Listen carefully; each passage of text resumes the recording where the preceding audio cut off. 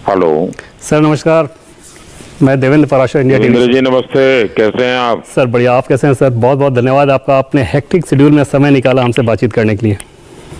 क्या करे भाई, हमारे कुछ मित्र ऐसे रहते हैं जब आग्रह करते हैं तो हम कोई मान लेते हैं। सर बहुत धन्यवाद। और ज़्यादा आग्रह मैं आज इसलिए कर रहा था क्योंकि आज आप उत्तराखंड में थे और मैं जानता हूं कि उत्तराखंड से आपका रिश्ता कैसा रहा है। जब आप सार्वजनिक जीवन में पॉलिटिकली नहीं थे तो भी था, उसके बाद जब बीजेपी संगठन में रहे तो था, मुख्यमंत्री के तौर पे रहा, प्रधानमंत्री के तौर पे रहा।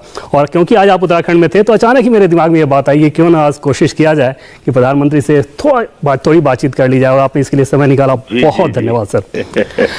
सर बाकी बातचीत करूं उससे पहले मैं एक चीज़ समझना चाह रहा था, जैसे बीइंग ए रिपोर्टर दिन भर फील्ड में थोड़ा बहुत हम लोग काम करते हैं और शाम होते होते बहुत ज़्यादा थकान हो जाती है। आपको मैं बहुत क्लोजली फॉलो करता हूँ, एक एक मिनट आपका सरकारी काम में कैसे इन्वॉल्व रहता है, उसके बाद चुनावी रैलियाँ, उत्तराखंड, उत्तर प्रदेश, कैसे मैनेज करते हैं? थकान नहीं होती कभी? देखिए, शरीर को तो शरीर का काम करना ही होता है, शरीर को तो थकान लगती है, लेकिन जब आप एक समर्पण भाव से, कमिटमेंट से, और कुछ देश के लिए करना है, लोगों के लिए करना है, इस भाव से काम करते हैं तो हर काम अपने आप में ही थकान को ही थका देता है। और मेरा केस ऐसा है कि मैं जब भी कोई काम हाथ में लेता हूं तो दूसरे 10 कामों की हम दिमाग में भर करके ही चलता हूं। एक चीज और सर, मेरे लिए रहना चाहिए। जी सर। जी सर। हाँ जी बताइए। और सर मैं एक चीज़ और समझना चाह रहा था कि, और मेरे लिए वो एक ब्रह्म रहस्य की तरह है कि एक इकोसिस्टम आपके खिलाफ काम करता है, विपक्षी दलों के कुछ नेता आपके खिलाफ लगातार बयानबाजियां करते रहते हैं जिसमें बहुत ज़्यादा तथ्य नहीं होते, बावजूद इसके इतनी पॉजिटिविटी कहाँ से आ जाती है? ये लेसन हमें भी चाहिए। देखिए, सार्वजनिक जीवन में आलोचना होना, आरोप होना, ये स्वाभाविक है। मैं मानता हूँ ये बहुत स्वाभाविक है, ये क्षेत्र की ही ये सहज प्रकृति है, तो हमें इसको स्वीकार करके चलना चाहिए, मेरा मन करता है। दूसरा, हमें उन चीजों में उलझना नहीं चाहिए। हम जिस कार्य के लिए लोगों ने हमें जिम्मेवारी दी है, हमारा मन उसी में ही लगे रहना चाहिए। और जब हमारा मन उसी में लगे रहता है तो कौन क्या करता है, कैसे करता है, क्यों करता है, उसमें अपना समय बर्बाद होने से बच जाता है। तो हम अच्छा आउटपुट भी दे पा सकते हैं, अच्छा आउटकम दे सकते हैं। और इसलिए मैंने कई सालों से एक आदत बनाई है कि ठीक है भाई, आलोचना में से जो सीखने वाली चीजें हैं उसको ले लेना चाहिए, और लेकिन अपने रास्ते पर चलते रहना चाहिए, काम करते रहना चाहिए। आलोचना में से जो अच्छी चीजें हाथ लगे तो अपने काम में थोड़ा सुधार करना चाहिए।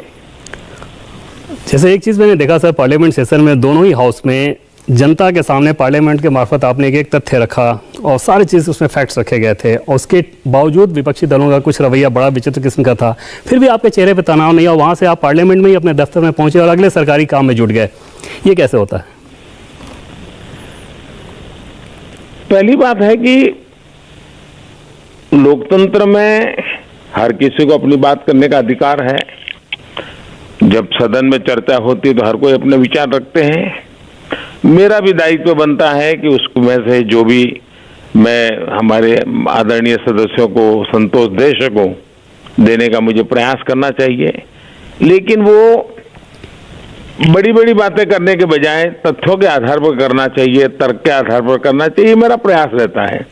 तो मैं थोड़ी रिसर्च भी करता रहता हूँ, और अच्छा होता है कि जब हमारे पास कॉन्क्रीट उदाहरण होते हैं तो उसके माध्यम से हम चीजों को रखते हैं, जो मैं पार्लियामेंट में आपने देखा, लोकसभा में भी, राज्यसभा में भी, और एक डिबेट को ऊंचाई पर ले जाने का मेरा प्रयास रहता है। बाकी काम तो करना ही होता है, तो मैं ऐसे मन पे लेकर के नहीं चलता किसने क्या किया मेरे साथ, किसने क्या बोला। मुझे अपने काम पर ही फोकस करना चाहिए। तो मैं, आपने देखा होगा जी, लोकसभा और राज्यसभा में भी पूरा होने के बाद रात को बिल्कुल मैं बहुत बड़ी देर तक काम कर रहा था जी। राज्यसभा में काम करने के बाद तुरंत मैं अपने और कामों में लग गया था जी। आज मैं यूएस में से कुछ डॉक्टर से बात कर रहा था। भारत के कोविड के खिलाफ अभियान को लेकर बहुत ज़्यादा तारीफ कर रहे थे और वहाँ पे इस बात को लेकर चर्चा हो रही है कि कितना सक्सेसफुली भारत ने इस पूरे अभियान को हैंडल किया। इस बात को लेकर सेटिस्फैक्शन रहता है कि इतना बड़ा देश, इतनी सारी चुनौतियाँ थी, इतनी सीमाएँ थी और इंफ्रास्ट्रक्चर को लेकर बावजूद बहुत अच्छे तरीके से हैंडल किया गया। देखिए, ये जब कोरोना का प्रारंभिक समय था तब पूरी दुनिया इस बात से चिंतित थी कि भाई भारत में इतनी बड़ी जनसंख्या, जीवन पद्धति बड़ी सामूहिकता से भरी हुई, हर पल लोग सामूहिक ही रहते हैं, हर दिन कोई न कोई कहीं न कहीं कोई न कोई उत्सव होता है। ऐसी स्थिति में ये कोरोना का संक्रमण तो बहुत तेजी से फैल जाएगा, तो भारत कैसे बच पाएगा। दूसरी तरफ दुनिया को ये भी मालूम है कि कोई हमारे देश में उतनी बड़ी व्यवस्थाएं तो है ही नहीं जितनी समृद्ध देशों के पास है।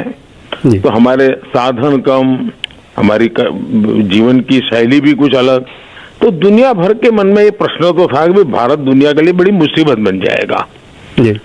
जब हमने इस कोरोना को बारीकी से देख रहे थे, हमारी पूरी टीम इसको मॉनिटर कर रही थी और हम तय करते रहते थे कि भाई भारत को हम कैसे बचाएं। और मैं मानता हूं कि पहले हमने जनता को जो एजुकेट करने का काम किया, जनता कर्फ्यू के द्वारा, थाली और ताली के द्वारा, तो देश पूरा एक प्लेटफॉर्म पर आ गया।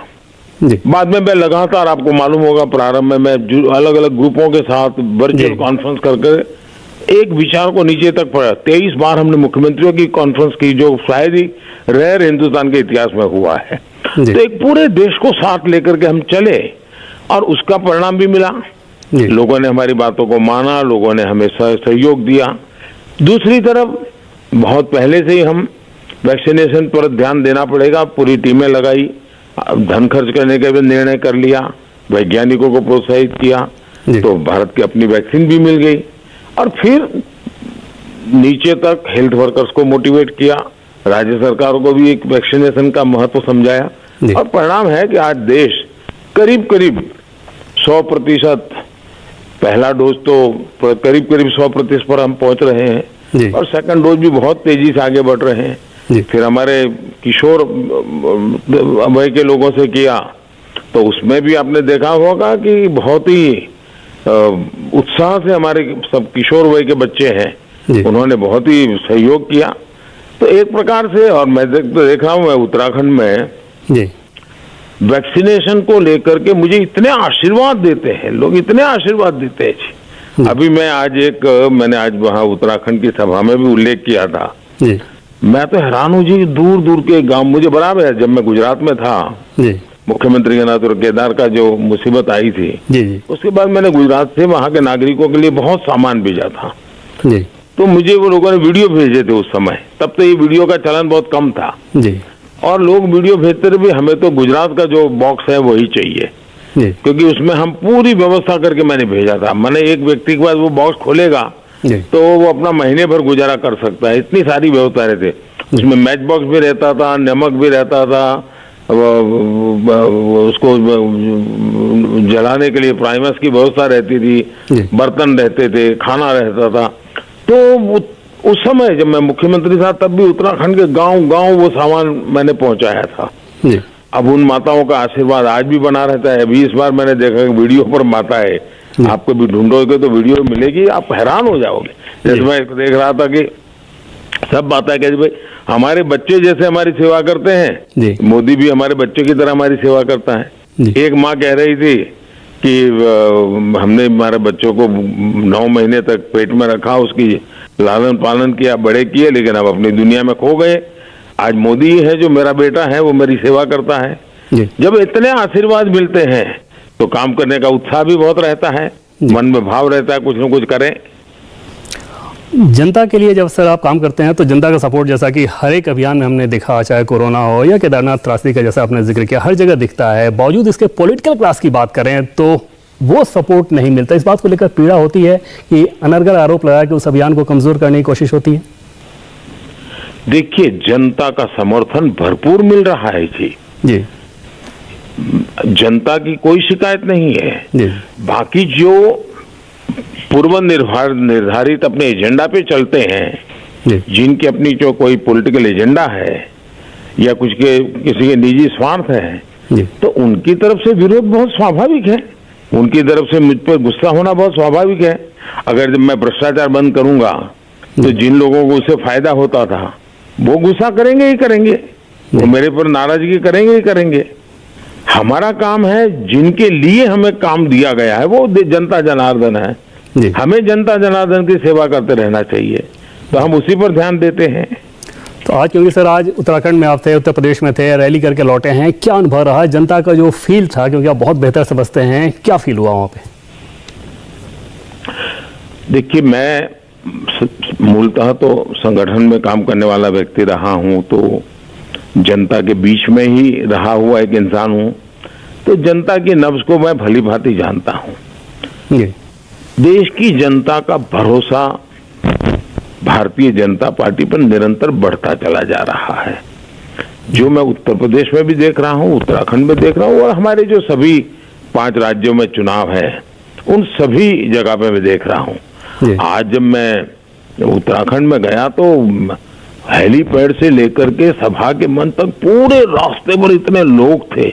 हाँ, वो वीडियो में भी देख रहा था। हाँ, यानी अब ये जो लोगों का प्यार है, आशीर्वाद है, वो जब कोई विश्वास होता है तब होता है, और विश्वास तब होता है जब आप जो बातें करते हैं उसके प्रति आपकी नीयत साफ है, आप उसके लिए भरपूर मेहनत करते हैं और उसको जमीन पे उतारने में प्रयास करते हैं। अब जैसे केदारनाथ की त्रासदी, इतने सालों तक वो हो नहीं पा रहा था। इवन मैं 14 में आया, मैंने काम शुरू किया, लेकिन वहां पर हमारे लिए अनुकूल सरकार नहीं थी, तो काम आगे ही नहीं बढ़ रहा था। लेकिन 17 में जैसे ही हमारी सरकार बनी, तो आप देखिए केदारनाथ धाम में कितना बड़ा विकास हुआ, और उसका परिणाम क्या आया कि सारे रिकॉर्ड ब्रेक करने वाले यात्री वहां आए। यात्री आने के कारण वहां की रोजी रोटी तो उसी पर चलती है, तो कितने लोगों को रोजगार मिला। अब आज उत्तराखंड में होम स्टे का काम इतना तेजी से बढ़ रहा है, ताकि माताओं बहनों को भी अपने घर में ही एकाध मेहमान को रखते हैं, साल में उनको 80-100 दिन ऐसे मेहमान मिल जाते हैं, तो उनका जीवन में बहुत बड़ी आय बढ़ रही है। यानी हर क्षेत्र में उनका प्रगति हो रही। तो मैं इन सभाओं में देख रहा था, पूरी तरह भारतीय जनता पार्टी एक प्रकार से लहर है, भारतीय जनता पार्टी को विजयी बनाने का मूड है। दूसरा, लोग देख रहे हैं कि भाई अब ये पार्टियां परिवारवादी पार्टियां हैं, कांग्रेस पार्टी अपना सब कुछ खो चुकी है, उसके भरोसे कोई अपना भरोसा जीवन क्यों लगाएगा जी। उत्तर प्रदेश को लेकर कैसा अनुभव रहा सर? बहुत ही अच्छा, बहुत ही उत्तम। और मैंने तो देखा है कि मैं वर्चुअल में भी मेरा अनुभव अच्छा था। मैंने काशी के में मेरे कार्यकर्ताओं के साथ एक बार फोन किया था, तब भी मेरे पास ग्राउंड रिपोर्ट बहुत ही अच्छा था। और अब तो मुझे ये कोरोना में कठिनाई थोड़ी कम होने के कारण इलेक्शन कमीशन ने भी सुविधा दी, तो मैं खुद रैलियों में जा रहा हूँ पिछले 3-4 दिन से। अद्भुत रिस्पांस मैं देख रहा हूँ, जो मैं 2014 के चुनाव में देख रहा था, वैसा ही माहौल मुझे इस दिनों इन चुनाव में नजर आ रहा है। चाहे गोवा हो, चाहे उत्तराखंड हो, चाहे उत्तर प्रदेश हो, 3 जगह पे मेरा अभी जाना हुआ है। पंजाब जाना है, मणिपुर जाना है, लेकिन रिपोर्ट मेरे पास सारे पॉजिटिव है। जी, उत्तराखंड को लेकर सर एक और बात पूछना चाहता हूं। आपने बताया कि कैसे आप साल 2019 में वाराणसी चुनाव से ठीक पहले केदारनाथ चले गए थे। आपने उत्तराखंड से अपने अलग रिश्ते की भी बात की। ऐसा क्या है जो आपको उत्तराखंड से भावनात्मक तौर पे खास तौर पे जोड़ता है? आपने ऐसा सवाल पूछ लिया। देखिए, मैं बहुत सी बातें इस विषय में तो नहीं बता पाऊंगा आपको, लेकिन ये बात सही है कि मैं पार्टी का संगठन का काम करता था, तब भी मेरा उत्तराखंड के साथ काम के कारण बहुत निकट संबंध रहता था। बहुत डिटेल में मेरा दौरा होता था। कई कार्यकर्ता हैं जिनका मेरा बड़ा पारिवारिक संबंध रहा। दूसरा, हिमालय के प्रति मेरा एक आकर्षण, मेरी बचपन की जिंदगी से जुड़ी हुई काफी कुछ घटनाएं हैं मेरे जीवन में। बहुत कुछ मुझे उस धरती से मिला हुआ है। मेरे लिए तो व्यक्तिगत रूप से भी एक देवभूमि है, और मेरे जीवन को बहुत बड़ी प्रेरणा मिलती है। तो आपने देखा होगा, मैं कितनी बार पता नहीं वहां चला जाता हूँ, रम जाता हूँ उसमें। केदारनाथ जी की अपनी पिछली यात्रा में आपने अगला दशक उत्तराखंड का दशक होने की बात कही थी। अगला दशक उत्तराखंड का दशक होने से आपका मतलब क्या है और इसके लिए आप क्या देख रहे हैं? आप देखिए, उत्तराखंड का निर्माण अटल बिहारी वाजपेयी जी ने किया। इसके पहले संघर्ष हुए, कांग्रेस की सरकारों ने गोलियां चलाई, निर्दोष लोगों को मारा पीटा, महिलाओं बहनों पर अत्याचार हुए। अटल जी ने बहुत ही शांतिपूर्वक रीत से उत्तराखंड का निर्माण किया। अब तक उत्तराखंड अपने आप को एक शेप दे रहा था जी। लेकिन राजनीतिक स्थिरता का अभाव भी रहा। लेकिन अब उत्तराखंड ने जो एक नए राज्य के नाते अपने 20 साल करीब करीब बिताए हैं, तो एक उसका अपना एक स्वरूप बन चुका है जी। यानी एक प्रकार से वो रनवे पर आ चुका है। अब उसको टेक ऑफ का टाइम है। ये 10 साल अगर उसको स्थिर सरकार मिलती है, कमिटेड सरकार मिलती है, विजन वाली सरकार मिलती है, तो उत्तराखंड कहां से कहां पहुंच जा सकता है। और आज जो 18 साल 20 साल की उम्र के बच्चे हैं, उनके जीवन का ये सबसे महत्वपूर्ण कालखंड है। अगर इस कालखंड को पकड़ ले, और उत्तराखंड में 3 बातें ऐसी हैं जो बहुत महत्व की है। एक तो हम जानते हैं कि उत्तराखंड विश्वव्यापी रूप से एक संस्कृति और अध्यात्म केंद्र के रूप में जाना जाता है जी। मुझे तो बराबर याद है, मैं एक बार अमेरिका में बहुत इंटीरियर कहीं गया था जी। तो मैं वेजिटेरियन खाना ढूंढ रहा था जी। तो मुझे मिल नहीं रहा था। इतने में मैं एक छोटी सी दुकान देखी थी, एक व्यक्ति मालाएं पहन के बैठा था, तो मैं उसकी दुकान में चला गया। वो था तो अमेरिकन जी। तो बोले मैं हर साल ऋषिकेश आता हूँ। यानी ये उसकी जो पहचान है सांस्कृतिक और अध्यात्म केंद्र की, ये पूरे दुनिया में स्थायी करना एक मैं समझता हूँ बहुत आवश्यक काम है। और वो आदमी अमेरिकन था सर। एनवायरमेंट, प्रकृति, नेचर, एडवेंचर टूरिज्म, इतनी चीजें हैं वहां, तो मैं समझता हूँ कि हम उसको बहुत ही महत्वपूर्ण तरीके से। दूसरा, एक सीमावर्ती राज्य है, उसके साथ साथ हर परिवार सैन्य परिवार है। हर परिवार ऐसा होगा जो किसी न किसी पीढ़ी में कोई न कोई मातृभूमि की रक्षा के लिए जीवन दिया है। तो बॉर्डर स्टेट होना और इस प्रकार का वीर भूमि होना, और मैंने तो 4 धाम के बजाय मैंने कहा था तो 4 धाम तो है, ये तो 5वां धाम है सैन्य धाम। तो ऐसा हमारा उत्तराखंड है, और इसलिए आने वाले दिनों में उसके विकास पर हम जितनी प्राथमिकता देंगे, अब जैसे विकास की एक पहली आवश्यकता होती है कनेक्टिविटी। हमने बहुत बड़ा फोकस किया है कनेक्टिविटी में, रेल हो, रोड हो, एयरवे हो, रोपवे हो, इवन सी प्लेन पर भविष्य में कहीं कहीं भी काम आ सकते हैं। ये चीजें वहां पर बहुत बड़ा काम करेगी और उस दिशा में, और हमारे लिए साफ है, चाहे केदारखंड हो, मानस खंड हो या तराई का विस्तार, मैदान का विस्तार, सभी का संतुलित विकास हो और इंफ्रास्ट्रक्चर इतना बढ़े ताकि लोगों का आना जाना और देश भर, अच्छा उत्तराखंड एक प्रकार से पूरे हिंदुस्तान के लोगों की आस्था का केंद्र है।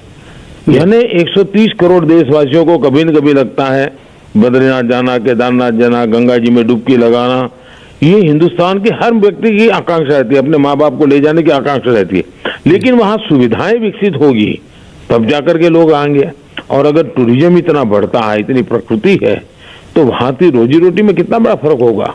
इसलिए इसका बहुत बड़ा महत्व है। उसी प्रकार से हम वहां के कृषि क्षेत्र में भी आधुनिकता लाना चाहते हैं, जिसके कारण फूड प्रोसेसिंग हो, वहां के फल फूल, ये सारी चीजें बहुत बड़े मार्केट को कैप्चर कर सकती है। तो इन्हीं चीजों को लेकर के हम आगे बढ़ रहे हैं, और इसलिए मैं कहता हूं कि ये जो दशक है, ये दशक उत्तराखंड के लिए अत्यंत महत्वपूर्ण है। ये उत्तराखंड का दशक है और ये मौका उत्तराखंड नहीं गंवाएगा, ये मुझे पक्का विश्वास है। और इस चुनाव में इस दशक को उत्तराखंड का दशक बनाने के लिए उत्तराखंड के वोटर उत्तराखंड में भाजपा की सरकार को चुनेंगे, ये मेरा पक्का विश्वास है। सर, एक बात को लेके कांग्रेस पार्टी हो या जो आपके विरोधी हैं बहुत आलोचना करते हैं कि उत्तराखंड में भाजपा ने 3 मुख्यमंत्री बदले, त्रिवेंद्र सिंह रावत, तीरथ सिंह रावत, और उसके बाद पुष्कर धामी पे दांव लगाया गया। आप इस बदलाव को कैसे देखते हैं और क्या धामी की बाजी चलेगी, ये भरोसा हो रहा है? पहली बात है कि ये दांव बाव लगाने वाली बातें नहीं होती हैं जी। भारतीय जनता पार्टी एक बहुत बड़ा विशाल संगठन है और हमारे यहाँ संगठन में एक पारिवारिक भाव होता है और इसलिए हम बहुत तेज है। धामी जी जब हमारे नरेंद्र सिंह जी हमारे त्रिवेंद्र रावत जी को जब मौका मिला तो उनको तो खुद को सब चीजें करनी पड़ती थी, लेकिन आज धामी जी का सौभाग्य है, उनके पास 2 पूर्व मुख्यमंत्री हैं, उनका अनुभव है, उनका अनुभव उनको बहुत काम आ रहा है, तो वे भी बहुत सारा बोझ अपने कंधे पर पार्टी का उठा रहे हैं। हमारे पुराने मुख्यमंत्री जितने हैं वो सारे आज इस चुनाव के मैदान में सारी चीजें संभालते हैं और धामी जी सरकार भी चलाते हैं और संगठन और लोगों को मिलने का काम भी करते हैं। और धामी जो आपने देखा होगा अत्यंत ही सरल, मृदुभाषी, मितभाषी, हमेशा हंसता चेहरा और बहुत छोटी आयु, और इसके कारण उत्तराखंड जैसे कठिन इलाके में मेहनत करने वाला व्यक्ति चाहिए, वो भी लोग देख रहे हैं। दूसरी बात है, धामी जी एक बहुत ही हम्बल परिवार से आते हैं, एक सैनिक के बेटे हैं, तो सैनिकों के मन में भी, एक्स सर्विसमैन के मन में भी उनके प्रति बहुत ही लगाव है, बहुत ही प्यार है। तो एक धामी जी हमारे यहाँ एक अच्छा चेहरा है, योग्यता वाला चेहरा है, और साथ में हमें हमारे पूर्व मुख्यमंत्रियों की बहुत बड़ी ताकत की मदद मिल रही है। तो संगठन की ताकत है, अनुभवी पूर्व मुख्यमंत्रियों की ताकत है, धामी जी की ताकत है। तो मैं मानता हूँ उत्तराखंड के सपनों को साकार करने में धामी जी का व्यक्तित्व बहुत काम आएगा। सर, आपसे बातचीत कितनी भी लंबी हो जाए कम ही लगेगी, लेकिन मैं समझ सकता हूँ कि क्योंकि दिन भर आप चुनावी कार्यक्रम करके आए हैं और इसके बाद अभी बहुत सारी सरकारी फाइलें आपको देखनी होंगी, देर रात तक आपका सिलसिला चलता रहेगा, इसलिए ज़्यादा समय मैं आपका नहीं लूंगा। इंडिया टीवी से बातचीत करने के लिए आपका मैं आते ही सीधा ऑफिस में ही चला आया हूँ जी, और मैं काम भी कर रहा था और आपका फोन आया जी सर, बहुत बहुत। मुझे भी लगा कि अब इस बार पार्लियामेंट में हम मिल नहीं पाए थे क्योंकि मैं भी बहुत व्यस्त था, तो आपका फोन आया, मैंने कहा चलो भाई आपकी बात को मान लेते हैं। बहुत बहुत धन्यवाद। लेकिन मेरी आपको, आपके सभी दर्शकों को और श्रीमान रजत शर्मा जी को मेरी तरफ से बहुत बहुत शुभकामनाएं। धन्यवाद भैया। सर बहुत बहुत धन्यवाद सर। बहुत बहुत धन्यवाद। मैं एक बार जाते जाते कह दूंगा सर, और मैं कहना चाहूंगा उत्तराखंड के नागरिकों को, सर, गोवा के नागरिकों को, 14 फरवरी को चुनाव है जी, ज्यादा से ज्यादा मतदान करें जी। लोकतंत्र का ये उत्सव है और लोकतंत्र का उत्सव चुनाव उत्सव के रूप में मनाया जाए। बहुत भारी मतदान करें माताएं, बहनें और नौजवानों से मैं कहूंगा कि बुजुर्गों को ज्यादा से ज्यादा मतदान के लिए वो मदद करें। लोकतंत्र के उस उत्सव को सबने मनाना चाहिए। सर, इंडिया टीवी से बातचीत करने के लिए शुभकामनाएं। धन्यवाद। इंडिया टीवी हर वक्त हर जगह डाउनलोड करने के लिए सर्च करें India TV news Google play store या ऐप स्टोर पर।